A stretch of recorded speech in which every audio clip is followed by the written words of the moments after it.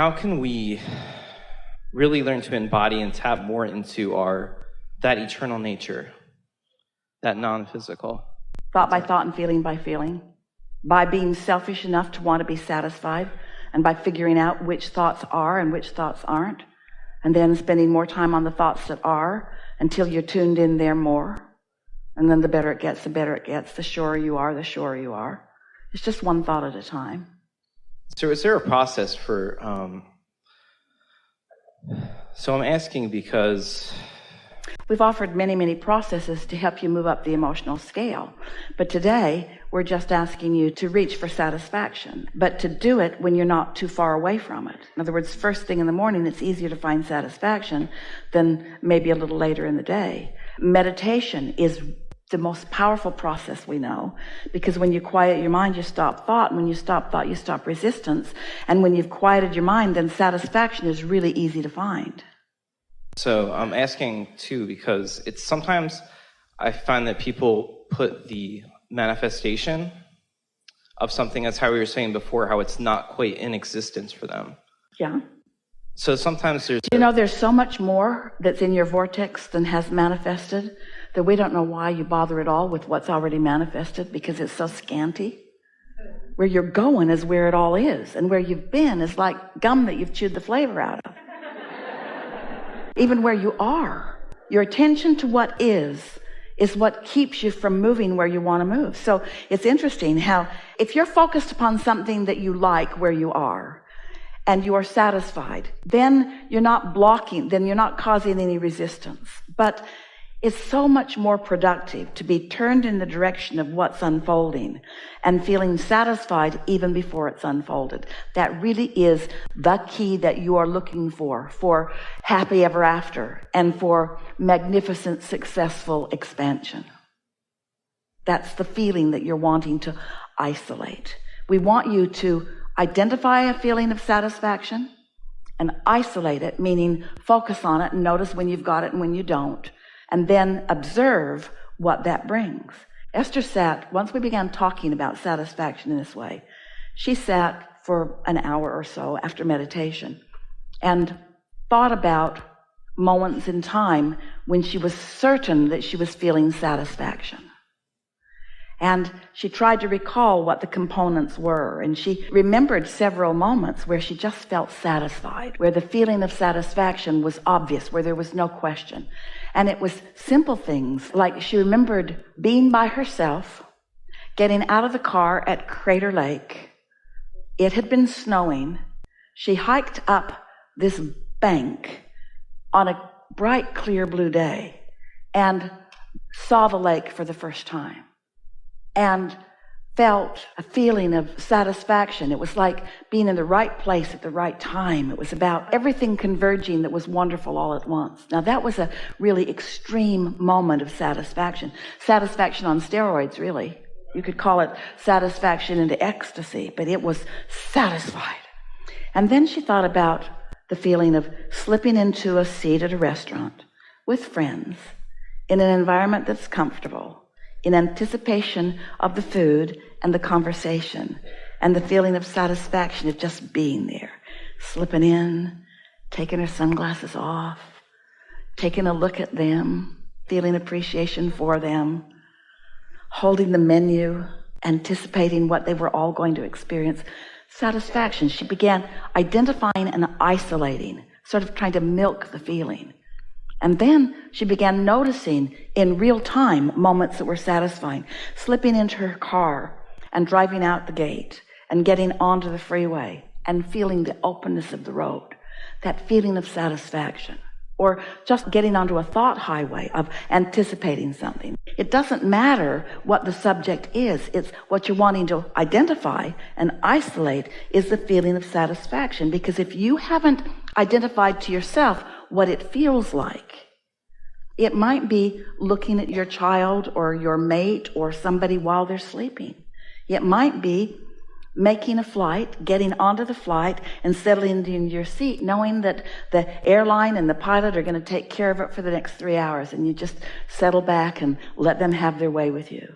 There are all kinds of ways that you can, and it's different for each one of you, but that is the process that we believe will give you the most bang for your buck.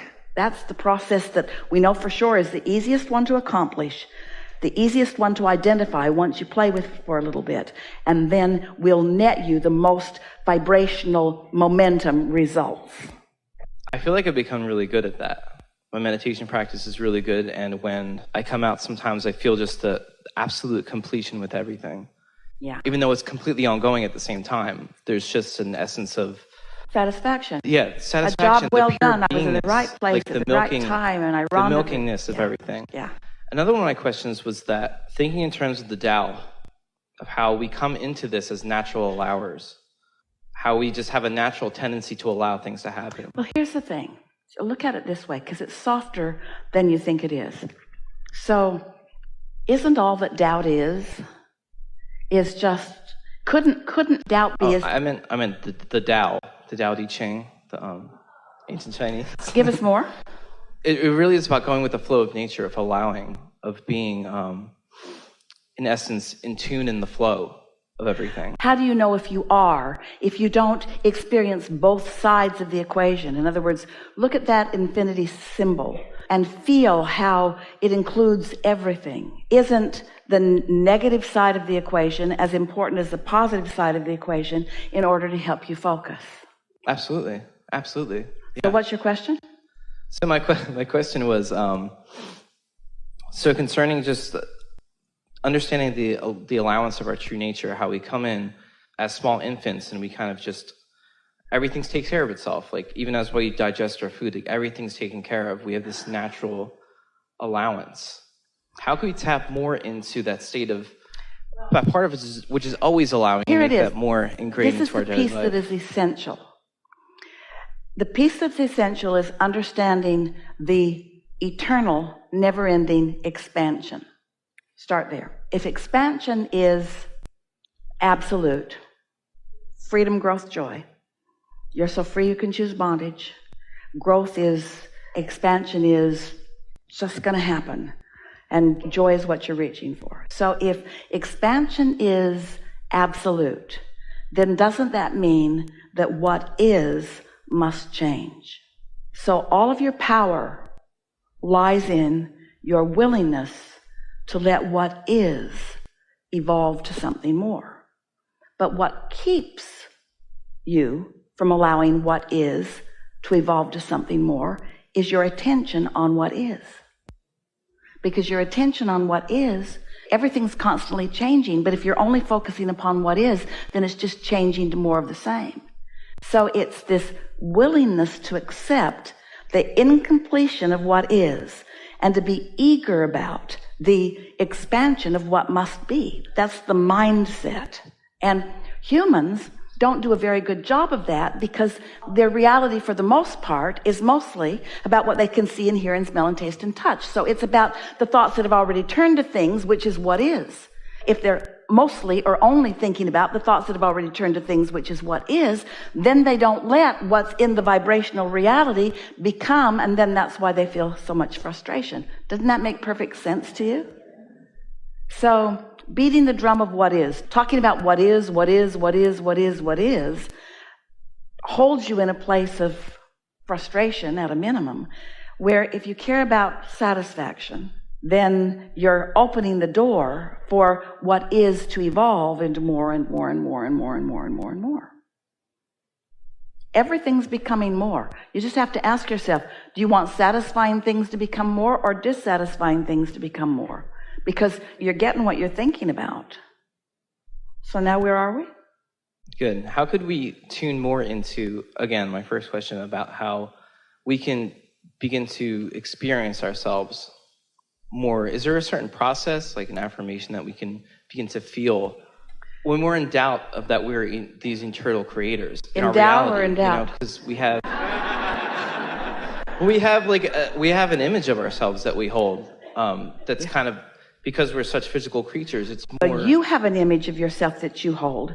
Your inner being has an image of yourself that your inner being holds. And when they are not in competition, that's when you're really flowing. Your inner being will never join you in your doubtful image of yourself, but you could join your inner being in your expectant image of yourself. It's not about thinking your way there. It's about feeling your way there. That's why we're talking right now about satisfaction, which is a feeling, rather than thinking about something, even though they go together. So you keep asking the same question and we keep giving you the same answer. In other words, we just keep coming around to the same thing. What is must evolve, which means you got to look other than what is. And so we know that when you want something, you activate the end of the stick of the desire. But at the same time that you activate the end of the stick of the desire, the other end of the stick activates too. And so now both ends of the stick of wanted and unwanted are sort of in competition with one another. But what we want you to understand is that the competition isn't even close, because your inner being is in on this. And so it's really not necessary at all for you to be in protest or resistance to this really powerful leverage of energy flowing. So that's why we encourage, and we know you do too, quieting your mind. Because when you quiet your mind, all resistance ceases. And then who you really are dominates for just a little while. We've offered so many processes. The first one we offered was pivoting. When you know what you don't want, you know what you do want. When you know what you do want, you know what you don't want. So if you're thinking about what you don't want, that's when you most clearly know what you do want. So when you're thinking about what you don't want, instead ask yourself, what do I want? Well, I know what I don't want. What do I want? Well, if you're right here in this easy cusp of satisfied or not satisfied, then you can take that pivot. But if you are in agony and you want ecstasy, not one of you is going to be able to take that pivot. Law of attraction just won't let you loose of the momentum that you've got going. So the key to making the shift is you've got to figure out some way to stop the momentum that's moving in the direction that you don't want before you can start the momentum that's moving in the direction of what you do want. So you could technically pivot your way up the emotional scale. It'd be a hard slog, but you could do it. We could talk anyone from wherever they are into a place of feeling better. We would focus, we could just keep seeing it there, and we could lead someone in time, and you can too, you do it from time to time. You can bring them into a better feeling place. But it's so much easier for you to wake up in that better feeling place and go from there. And so that's what our encouragement is. And you're in different places at different times on different subjects. Some subjects, it's really easy for you to feel good. Some subject, it's more difficult. Some people you meet are in this moment not in a good place. Some of them are. But don't put them into categories where you assign why they're what they are. Don't say, well, you think like that because you're wrong and you belong to this group, and don't think like this because you're that way and you belong to that group. Instead, just acknowledge everybody is sometimes in alignment with their well-being, sometimes not in alignment. Sometimes people are allowing, sometimes people are resistant. It's true of every single person, all day, every day. You move in and out of allowance and resistance. But once, as an individual, you figure out which you're doing, and you've identified what it feels like when you do this, and what it feels like when you do this, what it feels like when you're moving in the direction of who you really are, and what it feels like when you're moving in opposition to who you really are. Then you come to this place where you don't judge yourself for those moments that you're out of alignment. You don't negatively judge yourself for being in a place of resistance or anger or negative emotion. Instead, you say, I'm having a step one moment. Contrast is really helping me to identify what I want. I'm more clear than I've ever been about what I do want. And I'll find a way to point in the direction of what I do want. And the universe will yield to me, as it always does, what I do want. And when you croak, which you all will do, we try to be as disrespectful of death as we can be, since there isn't any. When you make your transition into non-physical and you reemerge into non-physical, you will leave behind all doubt and fear and all resistance. And you will become a perfect blend of everything that you have already become. We just don't think you should have to croak to do that. We know how much fun it is to isolate it, identify it, and hold it, and do it on purpose, and then to witness with your own experience, with your eyes and ears and everything about you, to witness the unfolding of this creation that you've set into motion.